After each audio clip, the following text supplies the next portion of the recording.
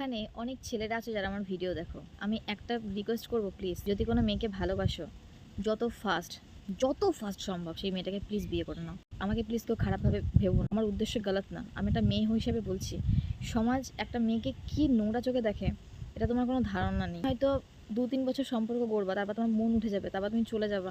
আর এই পুরো জিনিসটা একটা মেয়ের জন্য যে কি যন্ত্রণা। দেখো, সব মেয়েরা খারাপ না বা সব ছেলেরাও খারাপ না, আমি জানি।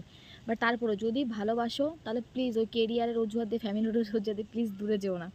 যতটা সম্ভব সেই মানুষটাকে আগে কাছে নিয়ে এসো। আগে মানে একটা প্রথম দেখায় ভালো লাগলো তো তোমার সেই মানুষটাকে, তারপরে যতটা সম্ভব ফার্স্ট বিয়ে করে নাও। বিয়ের পরে তুমি চুটিয়ে প্রেম করো, শুয়ে থাকো, বসে থাকো, যেখানে ঘুরতে যাও, রাত্রেবেলা যদি বাড়ি না আসো, যা ইচ্ছা, কেউ তোমাকে বারণ করবে না, কেউ কিচ্ছু তোমাকে বলবে না। কি জানো তো, ওই হয় কি, ধরো তোমার গার্লফ্রেন্ড কোনো একটা প্রবলেমে পড়লো, তখন তোমাকে ফোন করা হবে, তুমি যাবে, স্বাভাবিক, তুমি তার বয়ফ্রেন্ড, তোমাকে তো যেতেই হবে।